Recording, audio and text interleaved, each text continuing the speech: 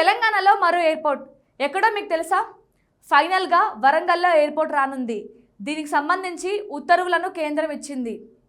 మామన్నూరులో airport ఆపరేషన్లు నిర్వహించొచ్చని పౌర విమాన శాఖ మంత్రి రామ్మోహన్ నాయుడు శుక్రవారం ఉత్తర్వులు జారీ చేశారు.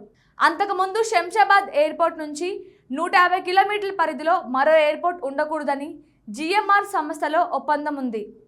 దీనిపై సీఎం రేవంత్ రెడ్డి పౌర విమాన శాఖతో చర్చించారు. గత నెల 25న ఎయిర్పోర్ట్స్ అథారిటీ ఆఫ్ ఇండియా చైర్మన్కు లేఖ రాసింది. దీనిని హెచ్ఏఏఎల్కు పంపారు. అక్కడి నుంచి నో అబ్జెక్షన్ సర్టిఫికెట్ రావడంతో మామన్నూరు ఎయిర్పోర్ట్కు కేంద్రం అనుమతించింది. ఇప్పుడు తెలంగాణలో రెండో పెద్ద నగరమైన వరంగల్లో ఎయిర్పోర్ట్ రానుంది. దీనికి సంబంధించి ఇప్పటికే 253 ఎకరాల భూసేకరణకు సంబంధించి 205 కోట్లను ఇప్పటికే ఏఐకి అందజేశారు.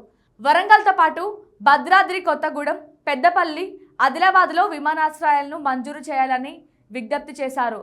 అయితే మంత్రి రామ్మోహన్ నాయుడు వరంగల్ ఎయిర్పోర్ట్కి మాత్రం చకాచకా అనుమతులు మంజూరయ్యేలా చర్యలు తీసుకున్నారు. దీనిపై సంతోషం వ్యక్తం చేస్తూ ఆయన ట్వీట్ కూడా చేశారు.